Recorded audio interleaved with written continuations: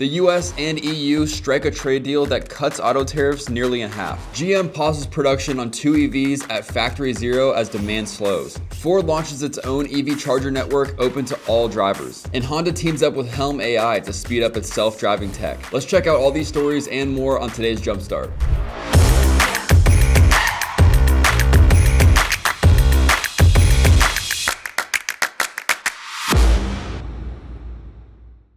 Good morning and welcome back to the Jumpstart on CBT News. It's Friday, August 29th. Here's a look at today's top automotive headlines. The European Commission has agreed to eliminate tariffs on U.S. industrial goods in exchange for reduced U.S. tariffs on European cars, under a new deal between President Trump and the EU president. Effective retroactively from August 1st, U.S. tariffs on European cars dropped from 27.5% to 15%. German automakers stand to benefit the most from the agreement. General Motors is temporarily pausing production of the GMC Hummer EV and Cadillac Escalade IQ at Detroit's Factory Zero. Starting September 2nd, one shift from each model will be cut, with production set to resume October 6th. GM says the move won't affect Silverado EV or Sierra EV pickups, but some employees will face temporary layoffs. Ford just launched Ford Charge, a new EV charging network featuring nearly 1,200 DC fast chargers across the US and Canada. The network is unique because it's not limited to Ford vehicles. It's open to any compatible EV. The chargers are located at more than 320 Ford dealerships, with expansion planned for part of Ford Blue Oval's system,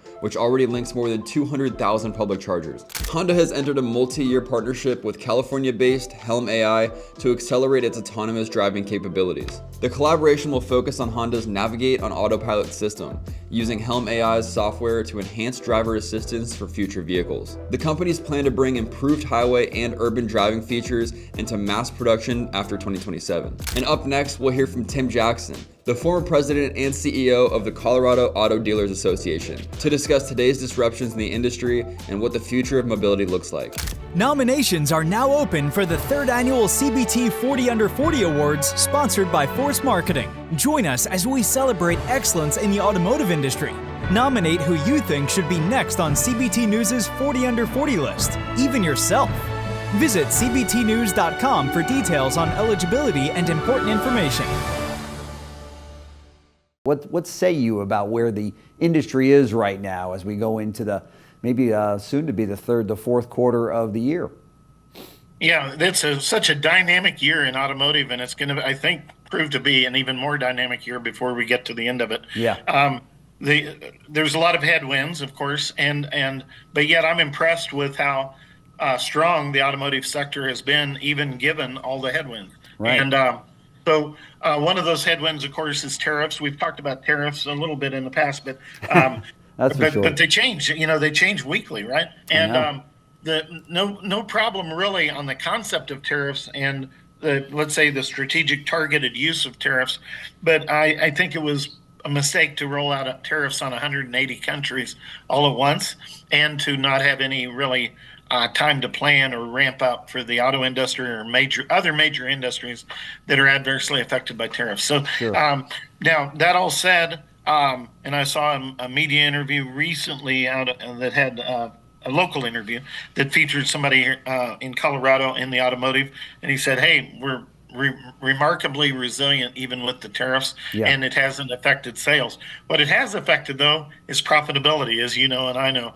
Ford had a swing from profit in the first quarter to loss in the second quarter, and Honda went from their level of profits in the first quarter to being cut in half in the second quarter. That's right. That was really, I think, unnecessary now, because there could have been much more planning and pre-planning and notification that would have helped those automakers.